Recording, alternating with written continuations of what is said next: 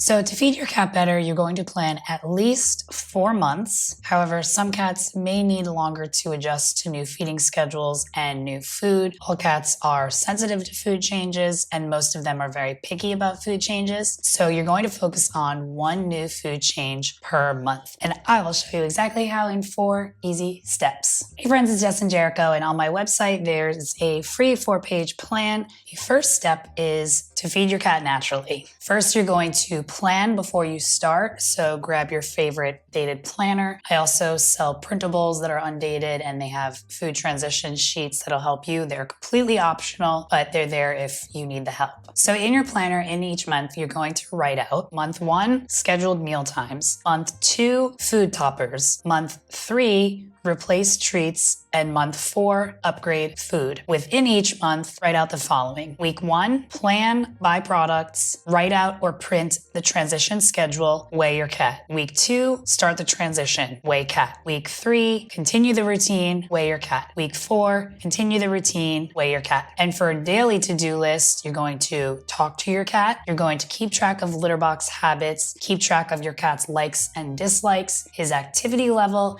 and you may also want to write out a general journal for everything that you did that day, just so you can keep track of what's working and what's not working for your individual cat. So now that you have a clear plan in place, the first thing you're going to do is talk to your cat about the transition. So you want to explain to your cat in a nice, happy and excited and hopeful way that you're going to be making some changes to his food, his feeding routine. You're going to be taking him to the vet. They're going to be taking blood work. So you want to explain all of these things to your cat. And I understand, yeah, cats don't know English, but they're going to understand your energy and your intention. So it's always nice to communicate changes with your cat just to set up that right expectation. Next, you're going to take your cat to the vet. So you're going to call and schedule an appointment to do urinalysis, fecal, and blood work. And this is necessary before you make changes to your cat's food. You're also going to want to ask your vet to weigh your cat. And if your cat is overweight or obese, ask your vet what a safe weight loss goal is and what an ideal weight is for your cat. You're not going to reduce any calories until step 4, but while you're at the vet, it's important to ask so that you already know the answer. Next, you're going to determine how much you're actually feeding your cat right now. So you should already have in your planner that you're going to weigh your cat weekly. It's also beneficial to print a picture of your cat, put it in your planner as a before picture. Buy a digital scale to weigh your cat, and you're also going to use it to weigh your food. The digital scale that I use can weigh up to 12 pounds, so I use it for Jericho and when I weigh his food out. I'll put links in the description below. Next, you're going to check the body condition scorecard. This is going to show you if your cat is underweight, ideal, or overweight, and you're going to write that down. You're also going to write down your cat's weight. Next, weigh out the amount of food that you're currently feeding and write it down. Then check the cat food label to see if it's the correct amount based on his weight. And again, you're not reducing calories yet. We will address that if your cat is overweight or obese in step 4. For kittens, they should be eating the amount of food that's recommended for their adult projected weight. So your kitten doesn't weigh 10 pounds now, but maybe that's his adult projected weight. So that's how much food he should be eating. Now you're going to plan out scheduled meal times. So choose 3 times a day when you're home for at least 1 hour, and that's when you're going to feed your cat versus leaving food out all day for your cat to graze and munch on. Meal times should not be longer than 12 hours apart. So for example, Jericho eats his first meal at 8:30 in the morning, his second meal at 7:30 p.m., and his third meal at 9 p.m. You're going to write down the meal times in your planner because it's very important to stick to those same routines. Once it's a routine, your cat's going to expect it. I would say maybe you have 15 minutes of leeway, but again, if you start feeding earlier, your cat's going to expect it at an earlier time. Now you're going to take your cat's total amount of food for the day and divide it up into 3. That way you're serving 3 equal portions at scheduled meal times. And again, you're going to talk to your cat. So explain the day. Jericho, you're not going to be eating food all day, throughout the day. There's no more buffet going on. You're going to eat your breakfast after we wake up. When I come home from work, you'll have your next meal. And then right before we go to bed, you'll have your last meal. At the scheduled mealtime, you're going to put down your cat's portioned meal for about an hour and then remove the food. You can save any uneaten food in the refrigerator for that day, but I would say if he doesn't eat it at the second or third meal, toss it and feed fresh food the next day. And you're going to wash your cat's plate completely after each meal. So no more leaving food out all day, no more dirty, slimy dish. Wash it after each use. and toss any uneaten food after a day. Weeks 2 through 4 of this month, you're going to gradually decrease the amount of time that you keep your cat's food out. If your cat doesn't really want to eat within that 1 hour window, maybe week 1, you'll start with a 2 hour window. Week 2, gradually decrease that time to a 1.5 hour window. Week 3, gradually decrease to a 1 hour window. Week 4, gradually decrease the amount of time to a 30-minute window. And to make scheduled meal times more fun for both of you, play with your cat before you feed him. Work up that appetite. In the wilds, they would have to hunt.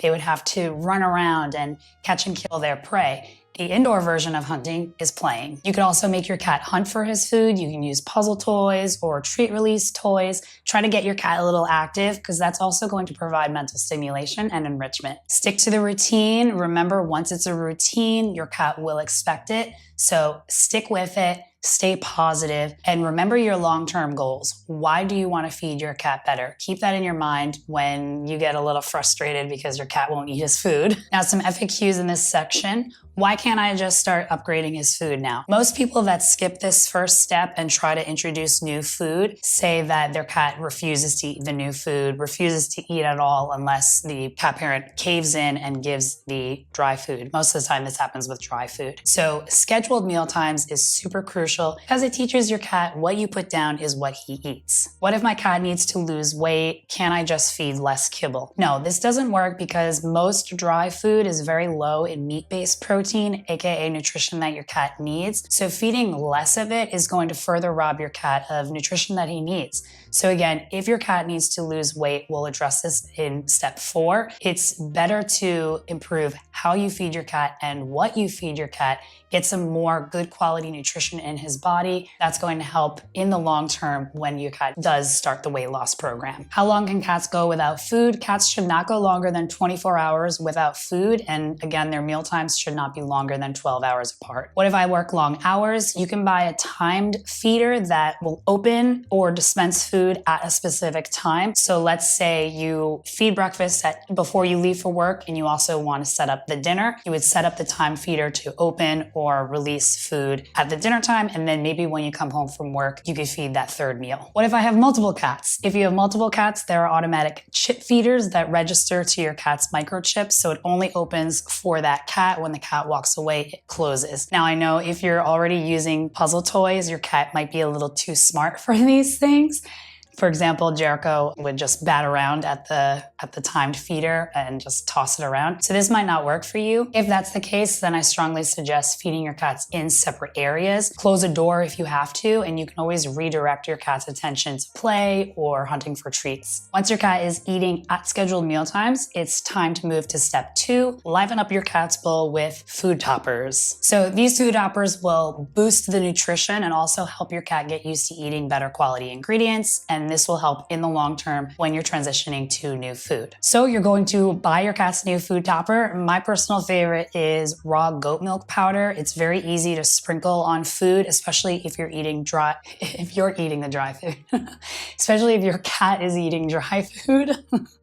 So if you feed kibble and you want to try raw goat milk powder, sprinkle it as is at first, and then you can gradually and slowly rehydrate it with water, and that'll help your cat get used to that wet, soft, mushy texture. Other food toppers include beef liver powder. There's also Stella and Chewy's dinner dust. This video is not sponsored, but there are affiliate links in the description below. Next, you're going to plan the transition. Again, we're going to introduce new foods very slowly into your cat's diet. On my website, in this section, I have a Google Sheet. So you click Google Sheet, open this Google Sheet. This window will pop up, click make a copy, and then a copy of the spreadsheet will open. So you're going to enter the recommended daily serving amount in this cell box right here, D1. So let's say the recommended serving on the label, you have to check the label. Every product is different. Let's say the recommended serving is 1 teaspoon. In this box, you're going to type 1, and then the table will automate. So basically day 1 through 5, you're going to work your way up to 1/4 teaspoon, and day 6 through 10, you're going to work work your way up to half a teaspoon. Day 11 through 15, 3/4 of a teaspoon. And then day 16 through 20, you're going to work your way up to 1 full serving, 1 teaspoon in this case. So use your digital scale or small measuring spoons to weigh out the amount that you're going to start introducing. And I would say you could split up the recommended daily serving equally between each meal. So you're going to start with 1 meal. Once that 1 meal reaches 1/3 of the recommended amount, then you're going to gradually start adding to the second meal. Once the second meal gets to that amount, then you start with the third meal. That way you're slowly and gradually introducing it to each meal, one at a time. Now, FAQ in this section, what if the food toppers that I recommend aren't available to you? You can buy boneless meat, chicken or turkey at the grocery store. Try to make sure you can get the best that you can. Organic, no hormones, no antibiotics, no added ingredients. Just look at the label and make sure that it has, as many of those things as possible. You could also go to your local farm or farmer's market, then lightly cook it. You can boil it, or maybe you have a slow cooker or a pressure cooker. Just cook it plain, no seasonings, nothing added to it, and then you can shred it up and put it in your cat's bowl using that same transition sheet. And I'm sure you're wondering again, why can't I just upgrade the food now? You are.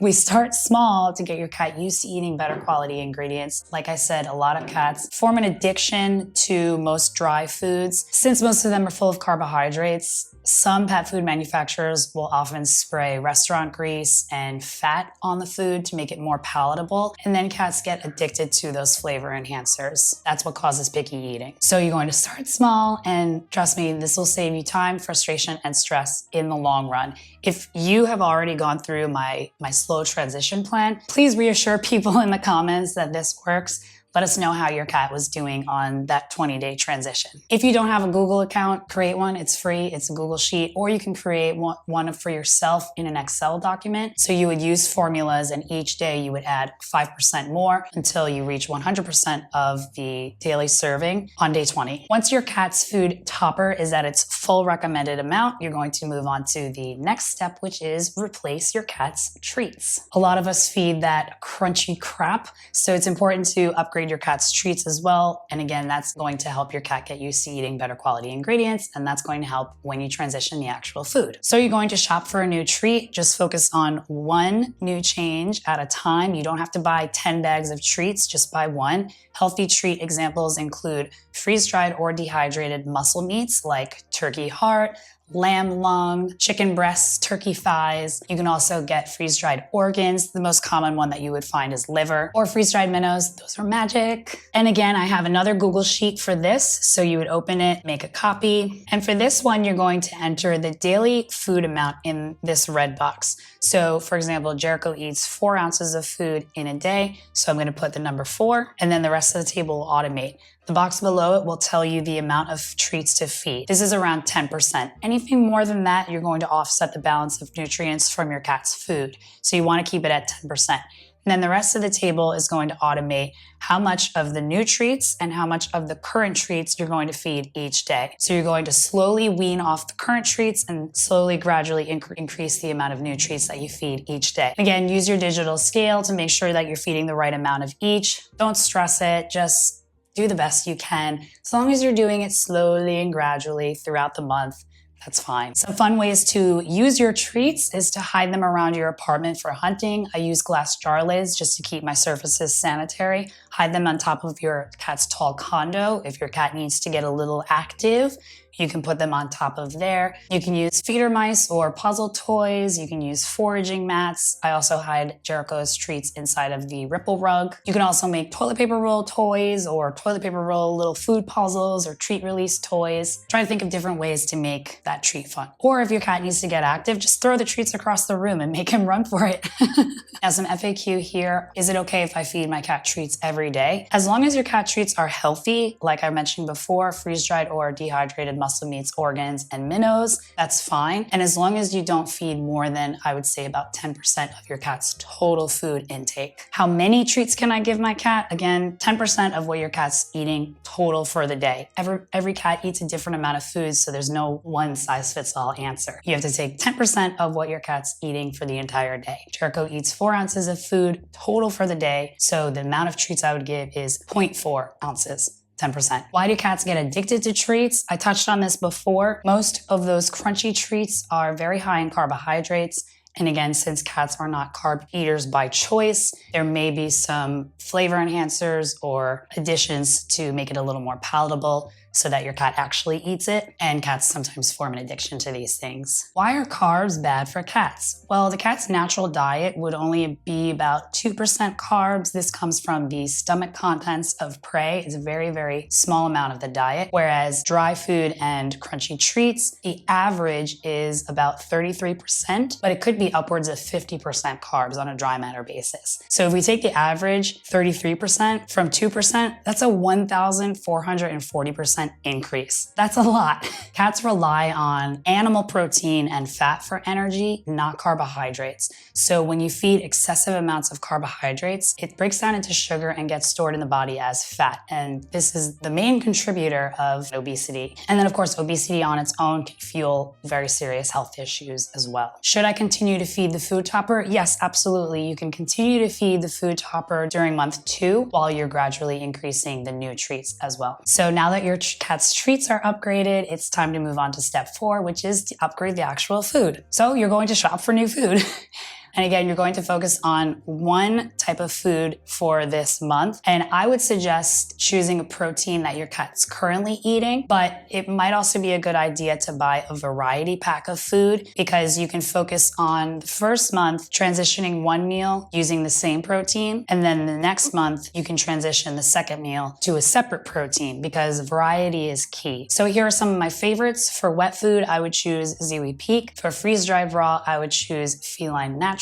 And for frozen raw, I would feed Darwin's. Now, Darwin's is only available in the US. If you live outside of the US, you'll have to research for brands. I live in the US, so I'm not familiar with brands available outside the US. And again, you're going to plan the transition, and I have a spreadsheet for that as well. So click on the spreadsheet, make a copy. And for this one, you're going to enter the weight of the meal, and you're starting with one meal. So Jericho eats 4 ounces of food split between 3 meals. It's roughly 1.3 ounces per meal. So I'm going to put 1.3 and the table automates for each day, the new food and current food. And then at the bottom here, it also automates the amount of each food that you'll need. So for the new food, you'll need this amount of ounces. And for the current food, you'll need this amount of ounces. If you're outside the US and you don't use ounces, that's fine. This isn't weight specific. Just put the amount of grams and the rest of the table will automate in the same numbers, in the same format. So you're starting with one meal. During the transition, your cat's second and third meal are still going to be 100% current food. So now you're going to start the transition. Again, use your digital scale to weigh out each amount of your cat's food for each day. A transition schedule example would be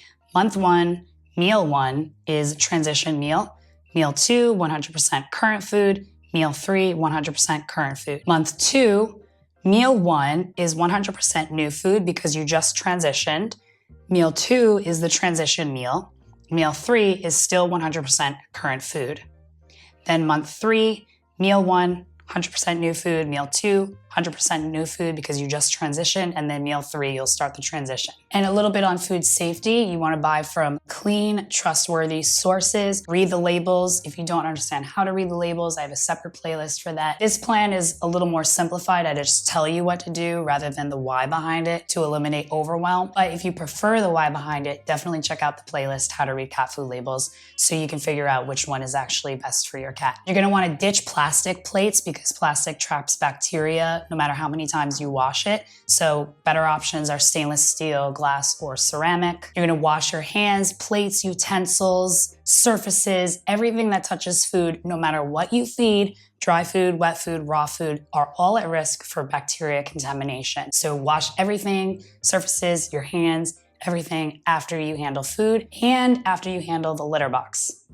If you're feeding frozen raw, it's a good idea to keep the raw food frozen at least 3 weeks before you portion and serve. When you're ready to portion, put it in a glass container in the refrigerator for at least 24 hours before you plan to portion it out. And the same goes for the meals. So 24 hours before you need the meal, take it from the freezer, put it in the refrigerator to thaw. Do not thaw raw food out at room temp on the kitchen counter. Once it gets to room temp, it's just going to expedite the bacteria growth. So you don't want to leave food out longer than 20 minutes. minutes. If you're in a time crunch and you need to thaw food quicker than that, keep it in the container or the wrapper, run it under constantly cold running water. You keep it in the container or the wrapper because a lot of essential nutrients like taurine and B vitamins are water soluble, so you don't want to rinse those away. So keep it in the container, constantly running cold water. You also want to include all of the juices and little meat bits that might stay in the container after you move the food to your plate. Again, taurine is going to leach out into that liquid, so you want to include that when you feed your cat's food. If your cat has a little bit of uneaten food, you can probably return it to the refrigerator for that day. But after that, I would say toss it. And of course, if it has an off smell, toss it and start fresh. Now, of course, an FAQ here that I get all the time is, what's the best cat food, or what do you think about this cat food? I have a cat food reviews list of over 100 records. I'll leave that link in the description. If the cat food you're wondering about isn't there, just let me know in the comments and I'll add it. How much do I feed my cat? Again, you're going to use your cat's weight, the body condition score, and what the cat food label says. So you need to use all three of these things together. So you weigh your cat so that you have a number to go by. You use the body condition scorecard to see if your cat's underweight, ideal, or overweight. That's going to tell you if what you're feeding is just right, not enough, or too much. And then you're going to use the food label as a guide, general guide, to see what they recommend for your cat's weight. And then you can adjust as needed to your cat's specific needs. Every cat is an individual, every cat food is an individual, so you have to figure this out for yourself. How much do I feed my kitten? Kittens should eat the amount that's recommended for their adult projected weight.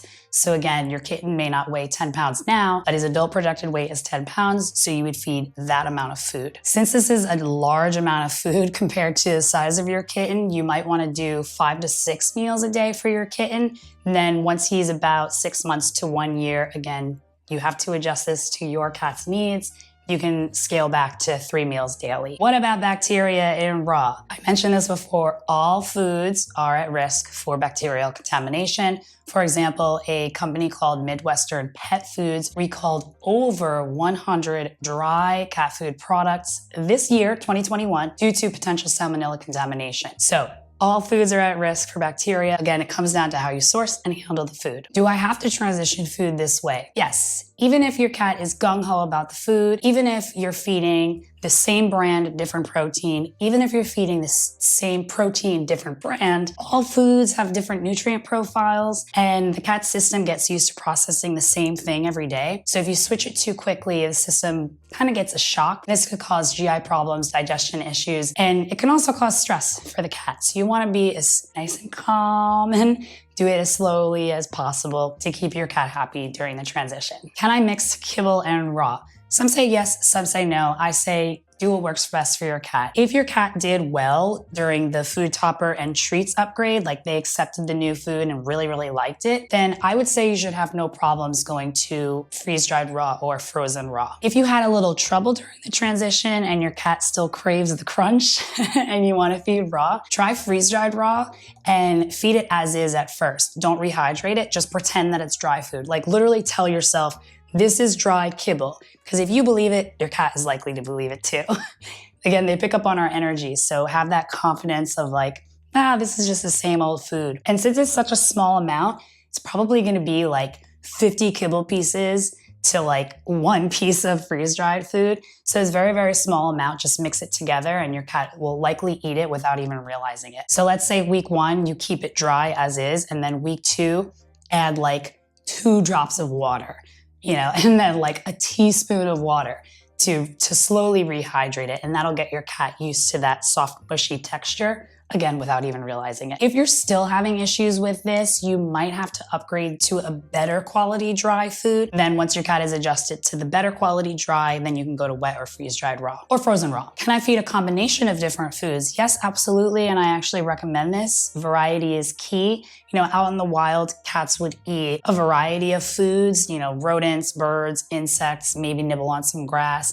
They also consume some soil, so they get little probiotics and digestive enzymes from that, after they groom. And the wild prey has free roam and has free choice of what they eat. So all of that is just a combination of different nutrients that the cat gets from his food. But indoors, you feed one type of food, that's not much variety. As long as you stick to 1 change at a time per month, following this transition sheet, you should have no problems. feed a bunch of variety. I recommend different proteins and also different brands. You don't want to rely on one thing, because what if that one thing is out of stock and you have to get new food today because you have nothing for tomorrow? Now you're kind of stuck and you're gonna have to switch cold turkey, and that might make your cat sick. Why is my cat drinking less water? You might find that with a high moisture diet, either wet or raw, your cat doesn't need as much drinking water. This is because cats are designed to get most of their moisture from their food. For example, prey like rodents and birds average 70 to 80% moisture, whereas dry food is only 10% moisture. So once your cat's eating wet or raw, which is about the same as prey moisture, your cat's more hydrated and probably doesn't need as much drinking water. However, you should still leave out clean, fresh drinking water every day. Like, dump the water, clean the bowl every single day. That's going to prevent that slimy bacteria buildup. That orange and pink biofilm slime that nobody knows what it is. It's bacteria. What about homemade cat food? Homemade cat food is definitely the best because you control the ingredients and how it's made. However, it's not the easiest. So since you're new in this whole how to feed your cat better and cat nutrition journey, I recommend starting with what's commercially available first. That way you can read up on homemade cat food during the transition. Also, your cat might not take to homemade cat food right away. So that might be frustrating for you because you spent all this time getting the recipe and putting it all together. It's easier for you and your cat if you start with what's commercially available first. Use that time to research, and I actually have an article on homemade cat food, so I'll put that in the description below. You can use that to do a little research on your own. Then once your cat is fully adjusted to the new food, you'll probably feel a little more confident about making it and offering fresh food to your cat. What if I can't feed raw? Do the best you can without stressing. At the end of the day, any wet food, all types of wet food, no matter who makes it, as long as it's, complete and balanced and offers everything that your cat needs, is better than all types of dry food. I don't care who makes it. I don't care what the ingredients are. Any wet food is better than all types of dry food, simply because dry food is dry and cats need moisture from their food. Dry food on average only provides about 6% of your cat's daily water needs, and water is essential for life. So again, just choose any wet food you can, and you absolutely still have to upgrade your cat's treats. No more crunchy crap. Feed wet food, and you can feed a combination of wet and raw, wet and freeze-dried raw. Do whatever works for you. Just eliminate the dry food and the crunchy treats. What if my cat needs to lose weight? So we talked about this before. Now that your cat is adjusted to his new food, you can start reducing the amount of food that you feed. But this is very important. Overweight and obese cats are at a much higher risk for developing fatty liver disease if they lose too much weight too quickly. So in step 1, you took your cat to the vet. You should have already asked, if your cat's overweight, what is a safe weight loss goal? How much weight can my cat lose safely each month? Now, Dr. Karen Becker and a lot of other holistic vets will say that generally half a pound per month is acceptable. So that comes down to about 2 ounces a week. Now again, every cat is an individual, so please speak with your vet about this. But let's say your cat weighs 14 pounds, an ideal weight for him would be 10 pounds. If we're going by the half a pound lost per month, that would be 8 months total that you're going to plan a weight loss program. So you're going to very gradually decrease the amount of food that you feed each month. So for month 1, you would gradually decrease the amount of food until you reach what's recommended for a 13.5 pound cat. Month 2, you would gradually decrease until you reach the amount of the food that's recommended for a 13 pound cat. Month 3, you would work towards 12.5 pounds, and month 4, 12 pounds, and so on. But again, please speak with your cat's doctor about this because every cat is an individual and you don't want to do this alone. What are the questions you have about how to feed your cat better? Let me know in the comments below, and I'll put a link to my website so you can follow the plan if you prefer text-based version. Thanks for watching.